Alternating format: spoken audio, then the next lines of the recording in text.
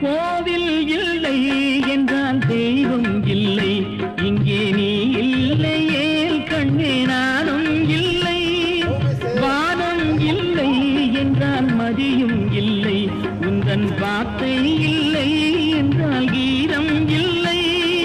நீ வந்ததால் தானே பூ வந்தது, நீ வாடினால் வண்ண பூ வாடுமே. என் ராஜாச்சி கண்ணே கலங்காதிரு, எந்தன் பொன் வண்ணமே அன்பு பூ வண்ணமே.